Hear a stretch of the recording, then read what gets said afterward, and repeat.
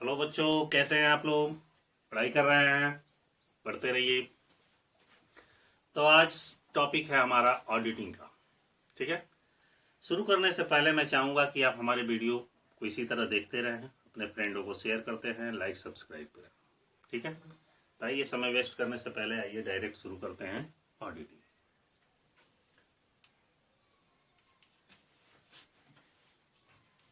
Advance auditing. ठीक है। इसमें आज पढ़ेंगे अंकेक्षण के उद्देश्य। क्या पढ़ेंगे? अंकेक्षण के उद्देश्य। एक चीज और भी बता दे रहे हैं, मैं टॉपिक वाइज ही केवल लिख रहा हूं, चैप्टर वाइज मैं नहीं लिख रहा हूं। ठीक है। तो आइए शुरू करते हैं। अंकेक्षण के उद्देश्य। अंकेक्षण के क्या उद्देश्य हैं? ऑडिटिंग क्यों किया जाता है? हमारा टॉपिक है ऑडिटिंग क्यों किया जाता है, अंकेक्षण के क्या उद्देश्य है, किस प्रयोजन से अंकेक्षण किया जाता है। ठीक है। तो आइए हम इसको अपने हिसाब से शुरू करते हैं। ध्यान दीजिएगा, अंकेक्षण के उद्देश्यों को हमने 3 पार्ट में बांटा। कितने पार्ट में? 3 पार्ट में। इसके क्या ऑब्जेक्ट है, इसको हमने 3 भागों में बांटा। सबसे पहले इसमें ये भाग इसका शुरू होता है मुख्य उद्देश्य। मुख्य उद्देश्य। ठीक है। मतलब मेन ऑब्जेक्ट हमारा क्या। इसके बाद से इसका बी पार्ट शुरू होता है सहायक उद्देश्य। सहायक उद्देश्य। ठीक है। और सी पार्ट हमारा शुरू होता है अन्य उद्देश्य। अन्य उद्देश्य। वैसे तो हम चाहें तो अंकेक्षण के उद्देश्य डायरेक्ट हम बता सकते हैं कि अंकेक्षण के उद्देश्य क्या है, लेकिन इसको कैटेगरी वाइज बांट कर जब आप डिफाइन करेंगे तो थोड़ा सा और बेहतर होगा। अंकेक्षण का मुख्य उद्देश्य, जो सबसे मोस्ट इंपॉर्टेंट, जिसके लिए किया ही जाता है, वो मुख्य उद्देश्य। कोई भी कार्य जब हम करते हैं तो जिस मुख्य प्रयोजन को ध्यान में रखकर करते हैं तो मुख्य कहलाता है, और उसके साथ साथ कोई अन्य भी कार्य हो जाता है, वो सहायक भी हो जाता है, और उसके साथ भी कुछ उससे जुड़ा रहता है तो अन्य उद्देश्य हो जाता है। तो ये जानते हैं कि मुख्य उद्देश्य क्या है। अंकेक्षण के मुख्य उद्देश्य सिर्फ 2 हैं, फर्स्ट एंड सेकंड। पहला है लेखा पुस्तकों की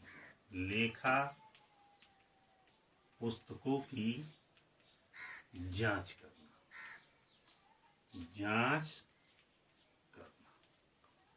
मुख्य उद्देश्य क्या है? लेखा पुस्तकों की जांच करना।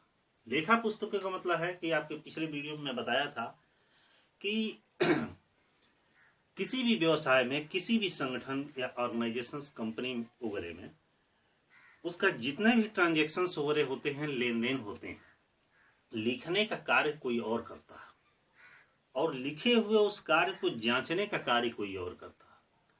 तो जो व्यक्ति हिसाब किताब की लिखता है उसको अकाउंटेंट कहा जाता है, लेखाकार। और जो व्यक्ति उस हिसाब किताब की जांच करता है तो उसको अंकेक्षक अर्थात ऑडिटर कहा जाता है। तो पहला जो अंकेक्षक है, अंकेक्षण में इसमें किया क्या जाता है?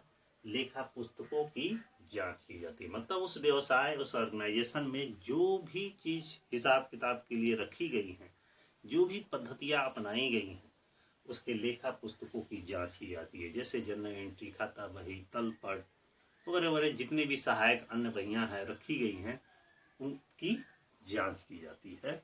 ये पहला मुख्य उद्देश्य है। ठीक है। दूसरा है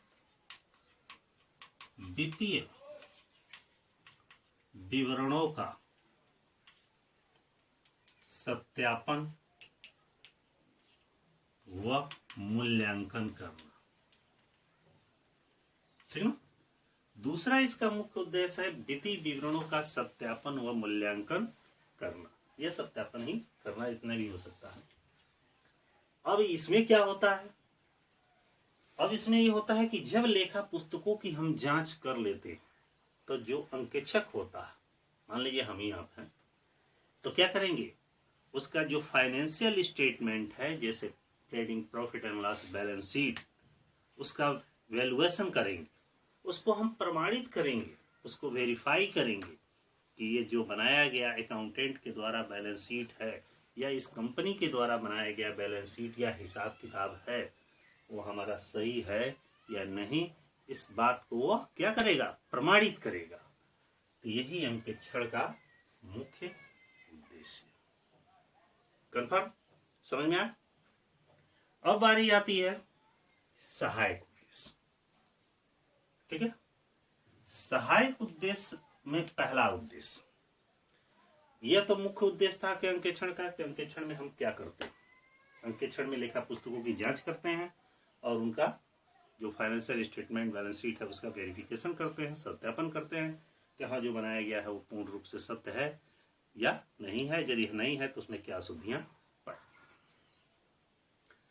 सहायक उस उद्देश्य में है, पहला उद्देश्य छल कपट व अशुद्धियों, छल कपट व अशुद्धियों का पता लगाना, का पता लगाना।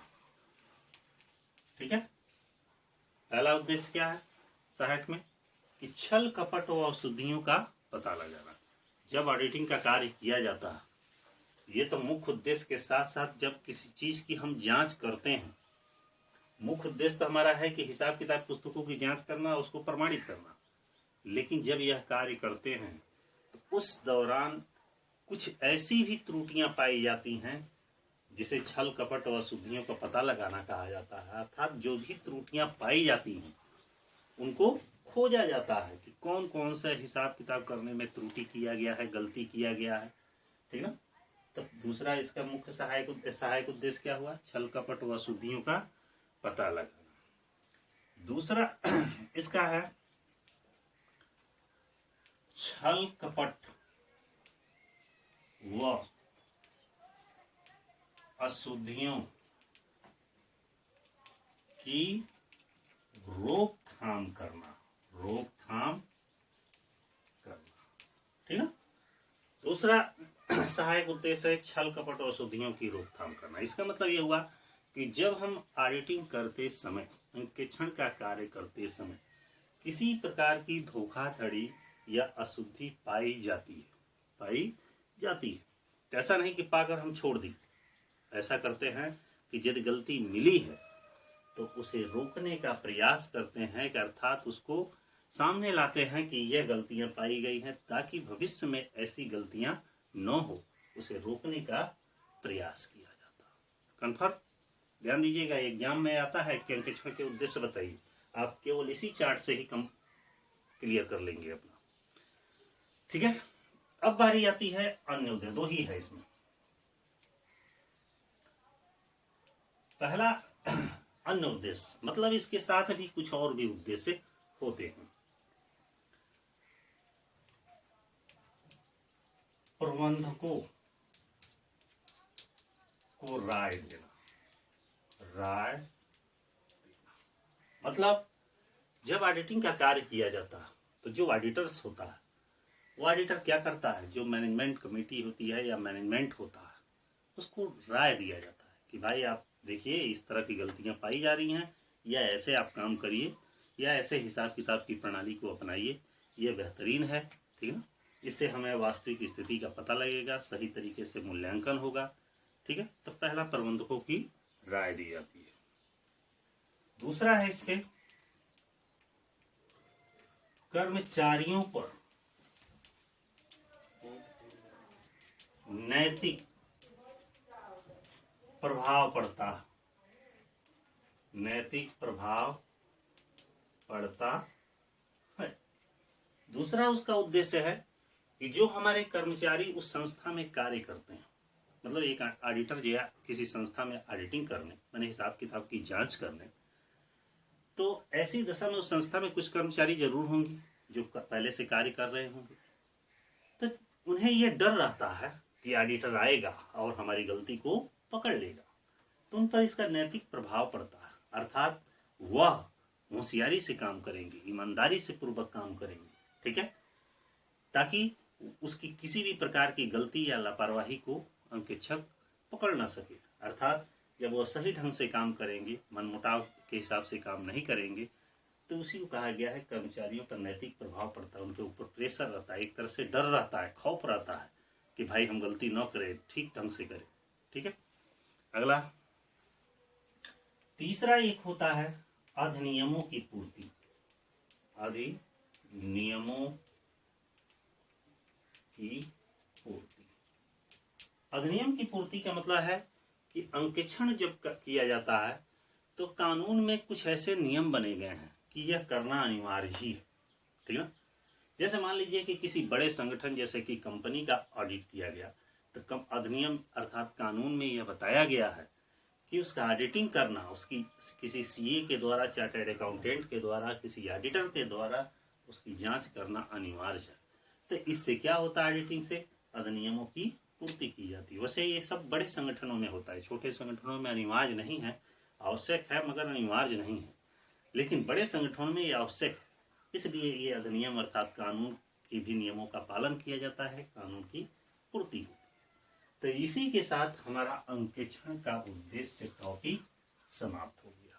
जब भी एग्जाम में आएगा आप इस सारे पॉइंट्स को आप लिखिएगा, लेकिन कैसे लिखेंगे कि अंकेक्षण के उद्देश्य, आप लिखेंगे कि अंकेक्षण के उद्देश्यों को हमने 3 भागों में डिवाइड किया है, मुख्य उद्देश्य, सहायक उद्देश्य और अन्य उद्देश्य। मुख्य उद्देश्य हमारे 2 हैं, लेखा पुस्तकों की जांच करना, वित्तीय विवरणों का सत्यापन व मूल्यांकन करना। सहायक उद्देश्य भी हमारे 2 है, छल कपट व सुधियों का पता लगाना, छल कपट व सुधियों की रोकथाम करना।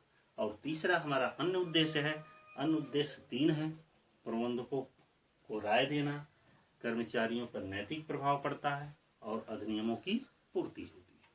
तो इसी के साथ ही अंकेक्षण का हमारा उद्देश्य पार्ट समाप्त हुआ, ठीक है, कंफर्म। फिर अगले वीडियो में हम मिल रहे हैं दूसरे टॉपिक के साथ, लेकिन उससे पहले मैं चाहूँगा कि आप हमारे वीडियो को अधिक से अधिक देखें, शेयर करें, सब्सक्राइब करें, ठीक है, और इसी तरह हमारे चैनल पर बने रहें। फिर मिलते हैं।